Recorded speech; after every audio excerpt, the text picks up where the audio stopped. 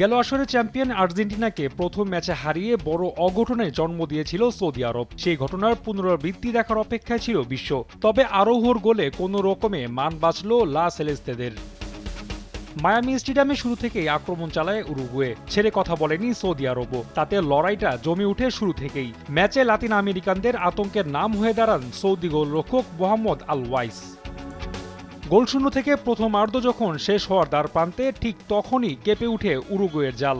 ৪১ মিনিটে কর্নার থেকে ভেসে আসা বলে হেড নেন হাসান আল তাম্বাকতি।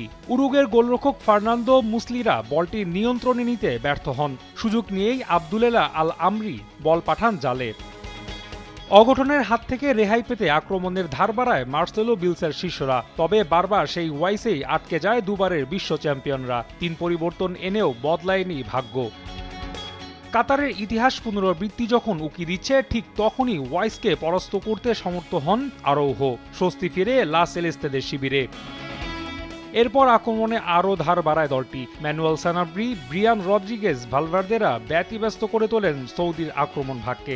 তবে তাদের জয়ের স্বপ্ন আটকে যায় ওয়াইসের গ্লাভসেই। ম্যাচ জুড়ে মহাগুরুত্বপূর্ণ ৯টি সেভ, তাতে দলকে ১ পয়েন্ট এনে দেওয়ার পাশাপাশি ২০২২ সালের মতো আবারও ম্যাচ সেরা এই গোলরক্ষক। রাফি আমিন, সময় সংবাদ।